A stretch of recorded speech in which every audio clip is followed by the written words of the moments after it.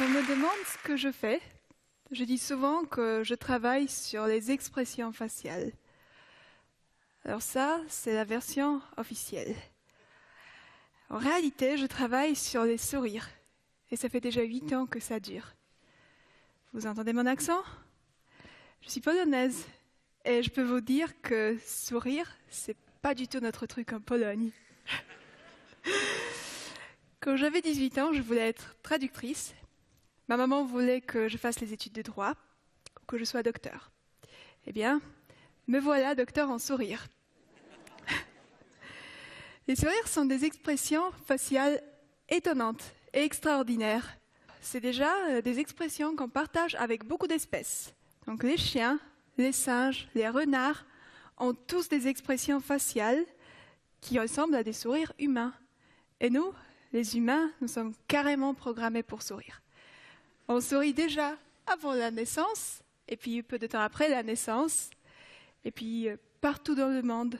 Le sourire, c'est l'expression faciale la plus fréquente et la plus universelle.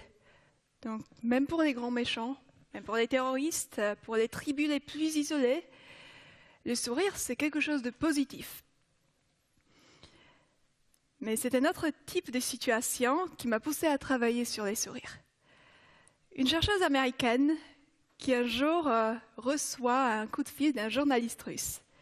Alors, il lui pose quelques questions sur sa recherche, car elle est psychologue, et il apprend qu'elle est américaine. « Ah, mais vous êtes américaine? Vous devez donc savoir que tous les sourires aux États-Unis sont faux et qu'ils sont vrais en France. »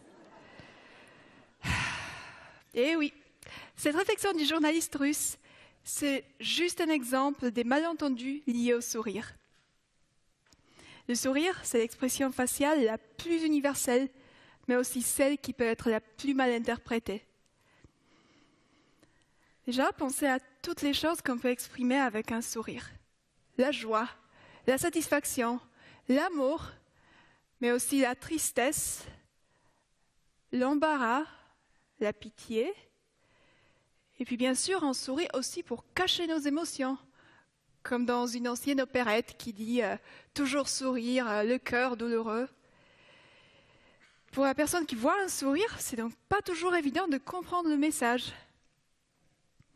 Et ça se complique encore plus quand on rencontre les étrangers, car en fonction des pays et des cultures différentes, les sourires vont changer et ne vont pas transmettre le même message. Et ce qui m'intéresse moi, c'est comment on sourit aux inconnus dans des différentes cultures. Imaginez que vous achetez vos tickets de bus ou de métro. Allez-vous sourire à la personne à l'accueil? Bien évidemment, ça dépend de la personne. Vous allez probablement sourire plus à quelqu'un qui vous semble sympathique et attirant, plutôt qu'à quelqu'un de désagréable. Mais ça dépend aussi du pays. Alors, si vous êtes par exemple à Londres et que vous souriez au vendeur, vous donnerez probablement l'impression d'être quelqu'un de poli et de bien élevé. Eh bien, ce ne sera pas pareil si vous êtes à Varsovie ou à Moscou. Là-bas, votre sourire peut carrément mettre les gens mal à l'aise. Il y a même des expressions pour ça. En polonais, on dit par exemple « sourire comme un con à son fromage ». Alors, je ne peux pas vous dire d'où vient le fromage dans tout ça, mais vous voyez bien, c'est pas flatteur. Et en Russie, c'est encore plus clair. Il n'y a que des idiots qui sourient sans raison. J'ai une amie française qui a vécu à Moscou et qui a pu constater que ce n'est pas qu'une expression. Comme en Russie, il est plutôt mal vu de sourire à des personnes dans la rue, et que mon amie y a vécu 4 ans, eh bien, elle a perdu l'habitude de sourire à des personnes qu'elle ne connaissait pas. Et oui, là-bas, on ne sourit pas de peur de se faire prendre pour un idiot. Pourtant, les Russes vont sourire beaucoup quand ils sont en famille, en petit comité. Et là, ils vont sourire parce qu'ils sont bien entourés, parce qu'ils se sentent heureux.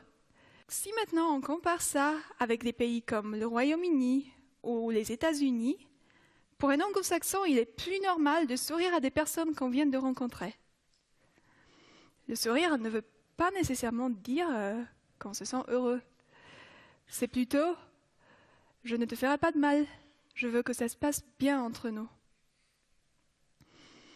Donc, s'il y a des malentendus par rapport au sourire, c'est parce que dans des pays différents, on sourit différemment. Quelle est la cause de ces différences? Ça, c'est une question plutôt difficile parce que les sourires sont influencés par beaucoup de facteurs. Donc, par exemple, en France, le sourire a été encouragé pendant le siècle des Lumières. Et puis, dans les pays communistes, il était plutôt mal vu de sourire. Donc, si quelqu'un souriait trop, il devenait automatiquement suspect. Parce que déjà, la vie n'était pas une partie de plaisir. Donc, si quelqu'un sourit, ça veut dire que soit il a de l'argent, soit il est un ennemi du système. Et puis, au Japon, par exemple, la culture encourage à sourire pour cacher ses émotions. Nous nous sommes demandé s'il y a quand même une tendance un peu plus générale qui permettrait d'expliquer pourquoi dans certains pays, les gens vont sourire plus aux inconnus. Nous pensons que c'est influencé par l'histoire. Je vous explique. Certains pays ont été créés d'un mélange de personnes des différents pays et de différentes cultures. En Australie, par exemple, il n'y a que 2% de la population actuelle qui descendent de leurs ancêtres qui ont vécu sur place en 1500. Tous ces immigrés qui ne se connaissaient pas n'avaient pas de base commune pour se comprendre. Ils avaient donc vraiment besoin d'utiliser leur visage et de sourire pour signaler leurs bonnes intentions aux autres. Historiquement, il fallait que les Australiens sourient pour établir des connexions sociales. Si maintenant on prend la Pologne, un pays que je connais bien, il n'y a pas eu beaucoup d'immigration depuis 500 ans. Les gens qui vivent là-bas descendent principalement de la population qui a vécu sur le même territoire depuis des siècles.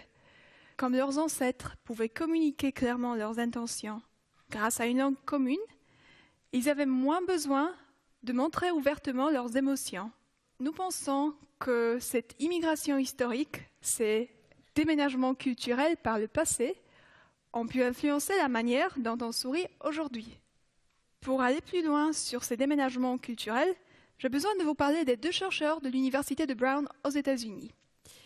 Il y a quelques années, Louis Puterman et David Weil ont déterminé pour chaque pays du monde le nombre de pays sources. Par exemple, les États-Unis ont 83 pays sources. C'est le record. Vous pouvez voir sur la carte, plus c'est clair, plus il y a de pays sources. Ça veut dire qu'aux États-Unis, les immigrants de 83 pays différents ont contribué à la population américaine entre 1500 et 2000. En général, le continent américain en a plus que l'Europe. Et le Japon est à l'autre extrême avec un seul pays source. L'Allemagne en a par exemple 7. Et puis les Pays-Bas, 28, ce qui fait pas mal pour l'Europe. Si je vous dis que la Pologne a 3 pays sources, combien on a la France d'après vous? Allez, plus fort peut-être? 10? Ah bah vous n'êtes pas loin. On est à 11, donc pas si mixte que ça. Plus un pays a de pays sources, plus il a été mixte dans le passé. Alors avec ce nombre de pays sources, nous avons une mesure de ces déménagements culturels par le passé. Mais alors, comment on fait pour lier ça au sourire? Eh bien, il faut commencer par l'expression d'émotions en général. Imaginez que vous êtes dans un café avec votre père et que vous êtes fâché contre lui. Pensez-vous qu'il faille montrer la colère, la montrer un tout petit peu, ne rien montrer du tout? Ou peut-être juste se taire, sourire en souffrant? Nous avons posé cette question à plus de 5000 personnes dans 32 pays différents. Et nous avons observé que dans des pays plus mixtes, avec plus de pays sources, les gens pensent qu'ils devraient exprimer leur colère plus que les gens dans des pays peu mixtes, qui ont moins de pays sources. En gros, ça veut dire que les Russes, avec leurs 5 pays sources, sont moins expressifs que les Américains. Nous avons posé cette question pour différentes personnes et différentes situations. Donc le père, c'est juste un exemple. Et chaque fois, on arrive à la même conclusion. Dans les pays plus mixtes, les gens pensent qu'il est plus approprié d'exprimer ouvertement leurs émotions. Mais revenons précisément au sourire et à des raisons qui nous poussent à sourire.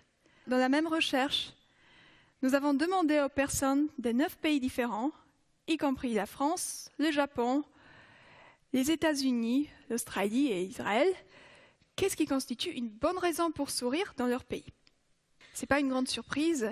Partout, les gens pensent qu'on sourit parce qu'on se sent heureux. Alors là, ça va.